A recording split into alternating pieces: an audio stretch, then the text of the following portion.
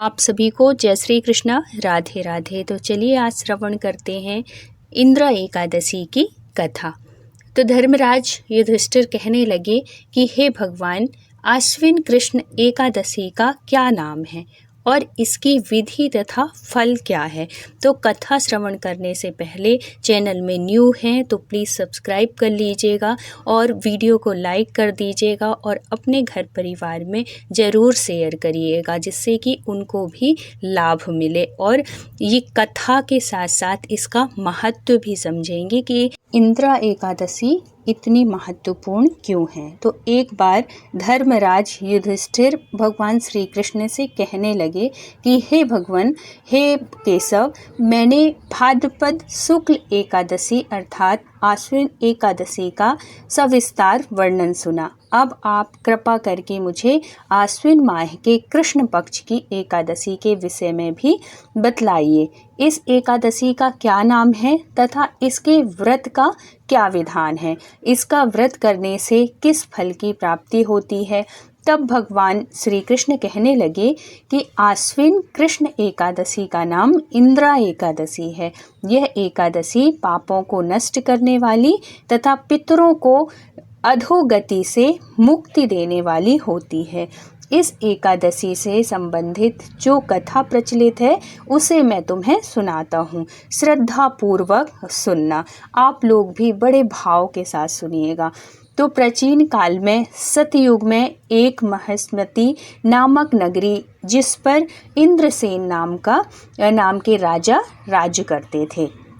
वे राजा बड़े ही दयालु और प्रतापी थे, जिस कारण उसके किसी भी वस्तु की कमी नहीं थी उनके राज्य में, और उसकी प्रजा भी बहुत सुखी रहती थी, बहुत सुखपूर्वक जीवन व्यतीत कर रही थी।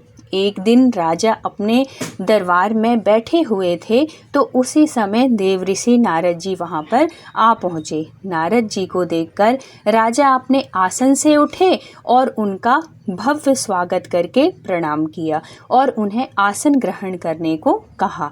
इसके बाद देवऋषि नारद जी ने राजा इंद्रसेन से कहा, हे राजन, आपके राज्य में सभी सुख भोग रहे हैं, सब बहुत सुखी हैं, प्रजा को किसी प्रकार का कोई कष्ट या दुख नहीं है। मैं आपकी इस उदारता को देखकर अति प्रसन्न हूँ।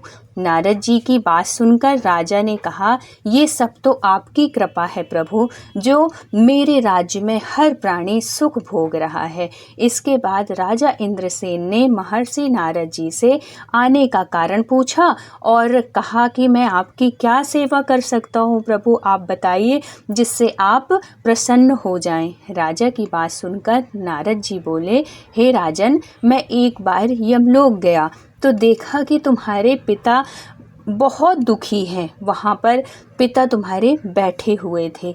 हे राजा, तुम्हारे पिता भी तुम्हारी तरह ही बड़े ज्ञानी धर्मात्मा थे, किंतु एकादशी का व्रत नहीं करने के कारण मरने के बाद वो यमलोक में गए। देखो, इतने दानी धर्मात्मा होने के बाद भी उन्होंने एकादशी का व्रत नहीं किया, जिसके परिणाम स्वरूप उनको यमलोक जाना पड़ा।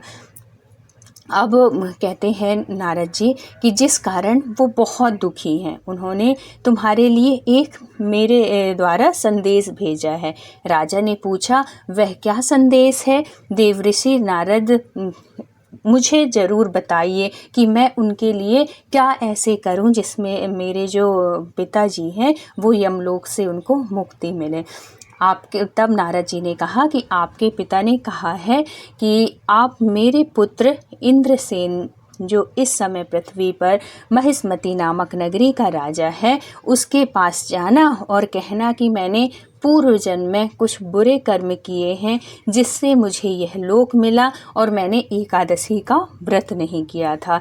यदि मेरा पुत्र मेरे लिए आश्विन महीने की कृष्ण पक्ष में आने वाली इंद्रा एकादशी का व्रत पूरे विधि विधान व श्रद्धा पूर्वक करेगा तो मुझे इस लोक से मुक्ति मिल जाएगी। देखो कितनी महत्वपूर्ण है ये एकादशी, जिसके बाद मैं स्वर्ग लोक में वास करूँगा। यह सुनकर राजा ने देवऋषि नारद जी से पूछा कि कृपा करके आप मुझे इस इंद्रा एकादशी व्रत का विधान बताइए जिससे मेरे पिताजी को स्वर्गलोक प्राप्त हो। नारद जी ने कहा, इस व्रत के लिए तुम दशमी के दिन प्रातः जल्दी उठकर स्नान आदि से मुक्त होकर, दशमी के दिन मतलब एकादशी के एक दिन पहले मुक्त होकर किसी नदी पर अपने पितरों के नाम का श्राद्ध करो और रात्रि को पृथ्वी पर शयन करो। जिसके बाद एकादशी वाले दिन प्रातःकाल जल्दी उठकर सूर्य भगवान को पानी चढ़ाने मतलब जल देना और उस जल के लोटे में धूप दीप पुष्प आदि डालकर भगवान विष्णु जी को चढ़ाना और इस व्रत का संकल्प लेना कि मैं आज पूरे दिन व्रत का निराहार पालन करूँगा, या जैसे आपकी श्रद्धा हो। अगर आप निराहार रह सकते हैं तो ऐसे संकल्प ले लीजिएगा और सभी भोगों का त्याग करूँगा आज के दिन। इंदिरा एकादशी व्रत की सभी विधि बताकर नारद जी वहाँ से चले गए और कुछ दिनों के बाद इंदिरा एकादशी आई। राजा ने इस एकादशी का व्रत पूरे श्रद्धा भाव के साथ, जैसे नारद जी ने बताया था, पूरे विधि विधान और श्रद्धा भाव से पूजा अर्चना करी और अपने पिता के नाम का श्राद्ध किया तथा दूसरे दिन ब्राह्मणों को भोजन करवाकर दान दक्षिणा देकर उन्हें विदा किया। उसके बाद स्वयं भोजन किया।